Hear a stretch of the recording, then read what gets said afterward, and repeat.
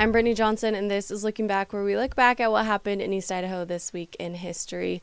A search for a missing plane was underway in the Grace-Preston area in 1947. Two Butte, Montana men, they had been missing for almost a week after leaving on a flight from Montpelier, Idaho to Salt Lake City. The men on board, they were Bruno Koski, a Civil Aeronautics employee, and Harold Leroy Smith, he was a construction company worker. The plane was last seen in the Grace-Preston area over the north end of the Wasatch mountain range, where the snow-covered peaks extend upward to 9,000 feet.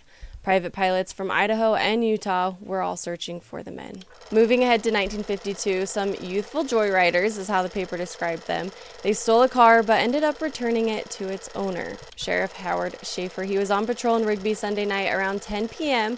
when he saw a car driving around on a sheet of ice in a vacant lot in front of the Rigby Junior High School. As he drove over to investigate, the driver started to drive away. The sheriff began to chase after the car and even crowded the car into the borrow pit, but it kept going. The sheriff looked up the license plate number and he found that the car was registered to Harold F. Goff of Idaho Falls. So Schaefer drove to Idaho Falls to investigate further, and he stopped at the police station just as Goff came in to report that his car had been stolen. All stations were alerted, but half an hour later, the car had been returned.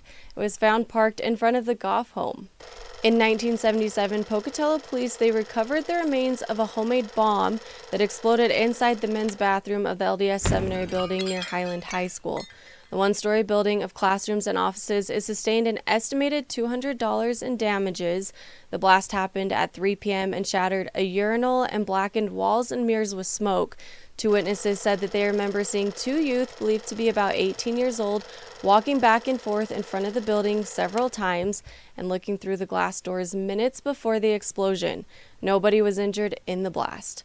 That's it for this week's Looking Back, sponsored by newspapers.com.